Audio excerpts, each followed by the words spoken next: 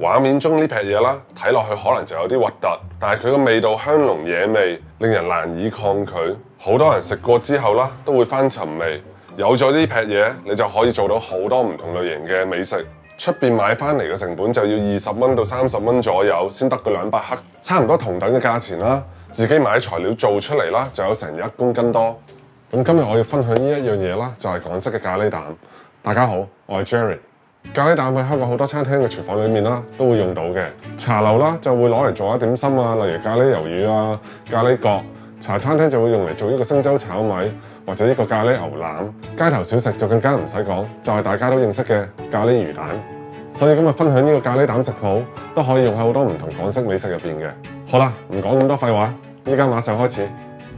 咁首先第一步要做啦，就係煉油。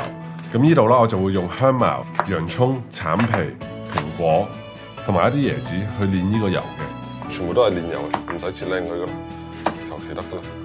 咁畫面中啦，我個材料就可能多咗少少嘅，實際上啦少翻1/3左右啦就 OK 噶啦。咁呢度啦，我就用花生油，一共要用700毫升嘅油。大家中意用咩油都冇所謂。咁我屋企啦就淨係有花生油。如果你唔想做煉油呢個步驟，你都可以唔做嘅。不過味道啦就肯定會差少少。然後就用中慢火煮佢半個鐘到9個字，油溫保持喺130到140度左右。大概這個樣子就可以了啦，這樣煮到都那個洋葱啦變黑啦，都差不多的啦，你會看到的。我而家煮咗45分鐘啦，大家都可以睇到啦，嗰啲料啦都已經係黑黑地黃黃地啦。咁依家咧你就可以熄火，呢度大家注意啲唔好彈親啦。好啦，而家啲油啦做好咗啦，依家下一步啦就準備啦調呢個粉。好啦，咁呢度啦就講一講啦，咁我就有成堆呢啲粉啦，一陣間我就會啦，轉個頭啦就會有個 list 啦俾大家嘅。咖喱粉啦冇所謂嘅，呢啲粉啦咩牌子啦都一樣冇所謂嘅，你哋揾到咩啦就用啲咩牌子就得㗎啦。好啦，咁我依家啦就準備呢啲粉先，好多。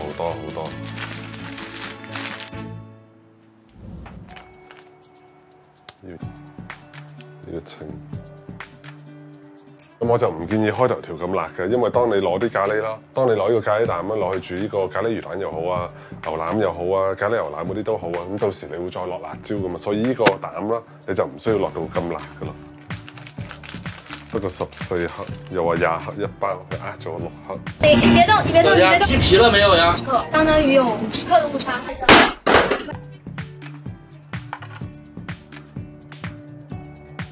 咁繼續做之前，我都講一講啦。呢度呢啲粉啦，你哋大家可以按自己嘅口味啦，加翻五香粉啊，定係嗰啲八角粉啊、桂皮粉啊等等嘅嘢都得嘅。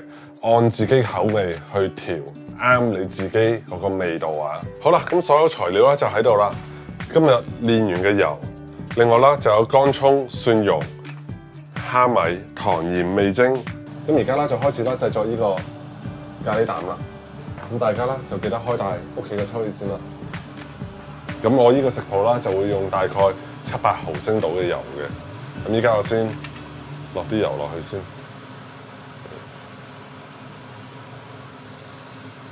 中火中大火啊，自己因住嚟調啊。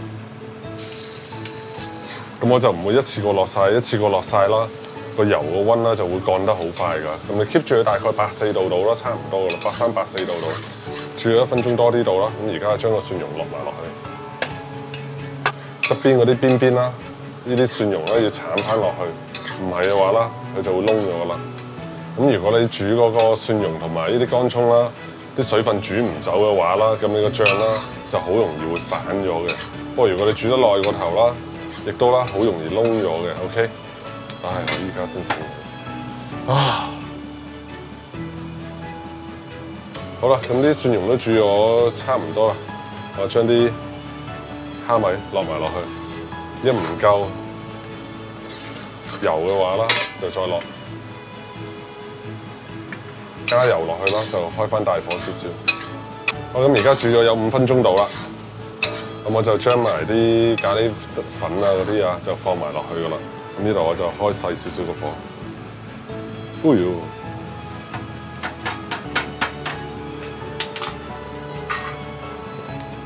夠油啦，就加翻多啲油落去咯。而家就將啲油同埋啲粉攪勻佢。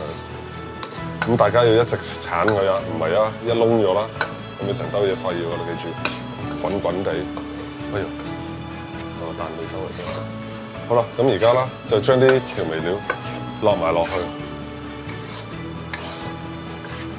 落多少少油啦，唔多。有啲油啦，咁就封住佢，咁佢個醬咧就冇咁容易變。咁我一共咧就炒咗11分鐘左右。咖喱蛋完成。好啦，咁而家呢個咖喱蛋咧就做好咗啦。咁我就建議大家啦，做完呢個咖喱蛋嘅時候咧，就揾翻啲樽啦，裝入去密封佢就得噶啦。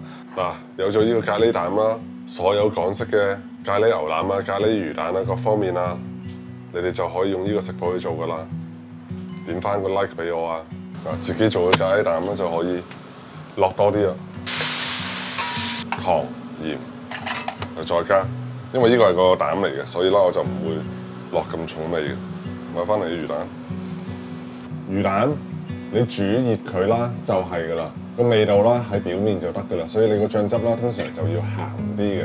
咁大家記住啦，魚蛋啦係你點浸啦都唔會浸到入味㗎。有啲人就成日留言話啊，你要浸啲魚蛋先至入味，點浸都浸唔到入去入邊㗎，淨係最多喺外面嗰層嘅。香港啦買呢啲咖喱魚蛋啦，本身已經係調咗味㗎啦。即使你個魚蛋啦係冇咖喱任何嘢都好，齋去煮啦，都已經係好好食㗎啦。呢魚蛋啦超正，最難食啦，反而係陳皮魚蛋，我最唔中意食陳皮魚蛋。嗱，咖喱蛋啦就做咗啦，點翻個 like 俾我，下個 video 見，拜拜。